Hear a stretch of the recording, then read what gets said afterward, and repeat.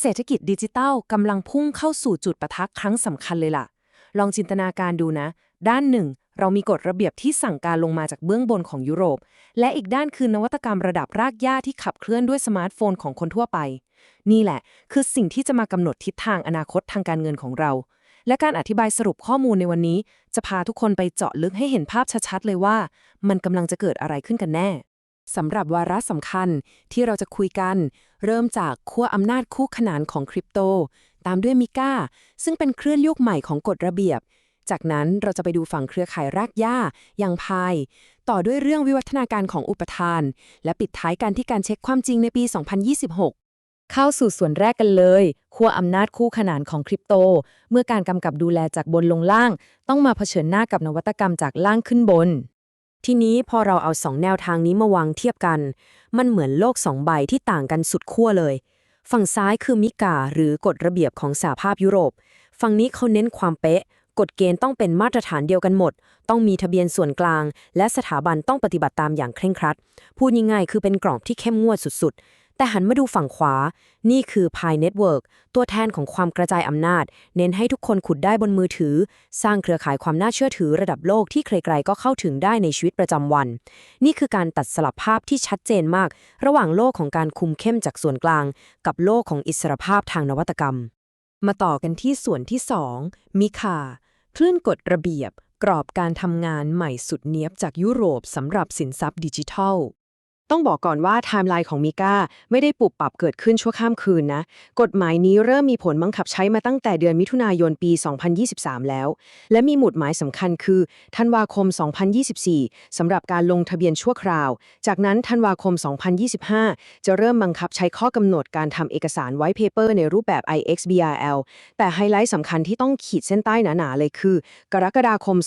2026 เพราะนี่คือเส้นตายช่วงเวลาผ่อนผันสำหรับผู้ให้บริการที่เคยดำเนินการตามกฎหมายท้องถิ่น หลังจากจุดนี้ไปทุกคนจะต้องเข้ามาอยู่ใต้ร่มของมิก้าแบบเดิมตัว 100% แล้วความเข้มงวดที่ว่ามันหน้าตาเป็นยังไง กฎหมายนี้มาพร้อมกับข้อกำหนดทางเทคนิคที่เฉพาะเจาะจงมาก คือผู้ให้บริการต้องส่งข้อมูลในรูปแบบ JSON ที่คอมพิวเตอร์อ่านได้ และเอกสาร White Paper ของคริปโตก็ต้องเป็นมาตรฐาน iXBRL เท่านั้นแน่นอนล่ะหน่วยงานกำกับดูแลมักจะชอบอะไรที่มันเป็นระเบียบและตรวจสอบง่ายซึ่งรูปแบบที่เป๊ะปังขนาดนี้ก็เพื่อรับประกันความโปร่งใสของตลาดนั่นแหละมันช่วยให้สามารถตรวจสอบและเปรียบเทียบข้อมูลของทุกคนในตลาดอย่างเป็นระบบเลยทีเดียวทีนี้เรามาดูส่วนที่3กันบ้างภายเครือข่ายรากหญ้าความพยายามที่จะทำให้ทุกคนเข้าถึงได้ผ่านเทคโนโลยีมือถือย้อนกลับไปดูแนวทางเริ่มต้นของภายกันหน่อยโปรเจกต์นี้ตั้งใจเกิดมาเพื่ออุดช่องโหว่ของคริปโตยุคแรกๆอย่างบิตคอยน์ที่มักจะกระจุกตัวและต้องใช้เงินลงทุนสูงเขาเลยตั้งเป้าที่จะตัดปัญหาเรื่องการใช้ฮาร์ดแวร์พิเศษแพงๆทิ้งไปเพื่อลดการสิ้นเปลืองพลังงานมหาศาลจากการขุดแล้วหันมาใช้แค่สมาร์ทโฟนที่เราพกกันอยู่ทุกวันนี่แหละเพื่อให้ทุกคนมีส่วนร่วมได้นี่ถือเป็นการทลายกำแพงบานใหญ่ที่เคยขวางคนธรรมดาไม่ให้เข้าถึงการขุดคริปโตเลยนะหลายคนคงสงสัยว่าอ้าวแล้วมันจะทำงานยังไงถ้าไม่พึ่งคอมพิวเตอร์แรงๆเพื่อกินไฟคำตอบก็คือ Stellar Consensus Protocol หรือ SCP มันเป็นอัลกอริทึมที่เจ๋งมากคือโหนดในเครือข่ายจะช่วยกันรักษาความปลอดภัยของระบบด้วยการรับรองความน่าเชื่อถือของโหนดอื่นๆจนเกิดเป็นโครงข่ายที่เราเรียกว่า Federated Byzantine Agreement พูดให้เห็นภาพคือแทนที่จะต้องไปแข่งกันแก้สมการคณิตศาสตร์โหดๆผู้ใช้งานพายจะสร้างวงกลมความปลอดภัยของตัวเองขึ้นมาและพอมันเชื่อมต่อกันเยอะๆเข้าก็จะกลายเป็นกราฟความน่าเชื่อถือระดับโลกที่ใช้ยืนยันธุรกรรมได้แบบปลอดภัยสุดๆแถมยังประหยัดพลังงานอีกด้วยเดินทางมาถึงส่วนที่4วิวัฒนาการของฉันทามติและอุปทานการเตรียมความพร้อมสู่ระบบเศรษฐกิจบนเมนเน็ตแบบเต็มรูปแบบพอเข้าสู่เฟสเมนเน็ตอุปทานสูงสุดของพายจะถูกล็อกเป๊ะๆไว้ที่100,000 ล้านเหรียญซึ่งต่างจากช่วงแรกๆที่เปิดอิสระเพื่อเน้นการเติบโตสัดส่วนนี้ถูกแบ่งไว้อย่างชัดเจนเลยคือ 65% เป็นรางวัลการขุดทั้งหมด 20% สำหรับทีมผู้สร้าง 10% เข้ามูลนิธิเพื่อพัฒนาชุมชนและอีก 5% เผื่อไว้เป็นสภาพคล่องตัวเลขพวกนี้สะท้อนให้เห็นถึงความตั้งใจในการจัดสรรทรัพยากรเพื่อค้ำจุนระบบนิเวศในระยะยาวแล้วสูตรการขุดบนเมนเน็ตล่ะขอบอกว่ามันลึกซึ้งกว่าเดิมเยอะมันไม่ใช่แค่การกดปุ่มเชิญเพื่อนแล้วจบแต่รางวัลจะมาจากหลายองค์ประกอบ ทั้งอัตราพื้นฐานรางวัลจากการล็อกเหรียญเพื่อช่วยรักษาเสถียรภาพรางวัลจากวงกลมความปลอดภัยรางวัลการแนะนำเพื่อนแล้วก็ยังมีของใหม่อย่างรางวัลการตั้งค่าโหนดคอมพิวเตอร์เพื่อเพิ่มความกระจายศูนย์และรางวัลจากการใช้งานแอปเพื่อกระตุ้นให้เกิดอัตประโยชน์จริงๆที่สำคัญคืออัตราการขุดพื้นฐานจะไม่ตายตัวอีกต่อไปมันจะปรับเปลี่ยนแบบไดนามิกตามสมการที่ค่อยๆลดลงเพื่อป้องกันไม่ให้เหรียญเฟ้อเกินไปวิธีคิดก็ตรงไปตรงมาเลยเริ่มจาก 1. คำนวณโควต้าอุปทานที่ปล่อยได้ในแต่ละเดือนจากนั้น 2. เอามาหารด้วยจำนวนวันในเดือนนั้นเพื่อหาโควต้ารายวันแล้ว 3. เอาโควต้านั้นไปหารกับผลรวมของค่าสัมประสิทธิ์รางวัลการขุดของทุกคนในเครือข่ายระบบนี้ออกแบบมาอย่างชาญฉลาดเพื่อคุมเข้มให้เหรียญถูกปล่อยออกมาตามเป้าหมายขีดจำกัดสูงสุดจริงๆและแล้วก็มาถึงส่วนสุดท้ายส่วนที่ 5 การเช็คความจริงในปี 2026เมื่อวิสัยทัศน์ในอุดมคติต้องมาเจอกับกฎระเบียบที่เข้มงวดของตลาดมีคำถามใหญ่ที่น่าคิดมากๆคือ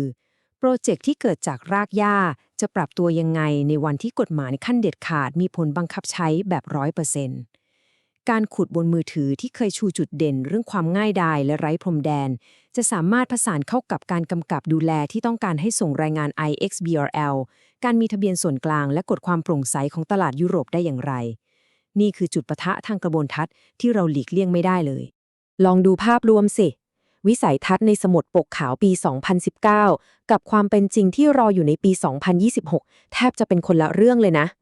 ตอนปี 2019 ทุกอย่างคือการทดลอง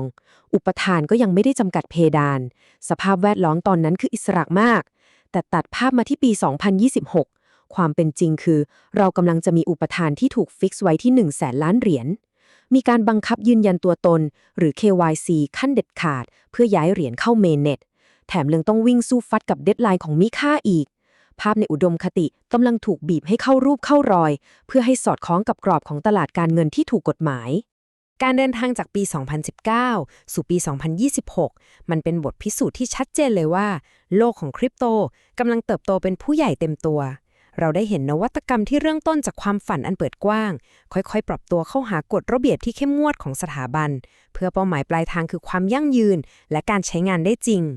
คำถามทิ้งท้ายที่เราต้องเอาไปคิดต่อก็คืออุดมคติแห่งการกระจายอำนาจจะยังคงรักษาจิตวิญญาณดั้งเดิมของมันไว้ได้หรือไม่ในวันที่ต้องสวมชุดสูทผูกไทยของกฎระเบียบและการควบคุมแบบดั้งเดิมหวังว่าการอธิบายสรุปข้อมูลในครั้งนี้จะช่วยให้ทุกคนเห็นภาพความท้าทายนี้ได้ชัดเจนยิ่งขึ้นนะเป็นยังไงกันบ้างครับทุกคนมีความเห็นอย่างไรคอมเมนต์ใต้คลิปแบบจัดเต็มได้เลยผมจะเข้าไปตอบด้วยตัวเองครับหากเห็นว่ามีประโยชน์อย่าลืมกดไลค์กดติดตามช่องอ่อง Channel และแชร์ไปให้เพื่อนๆกันด้วยนะครับ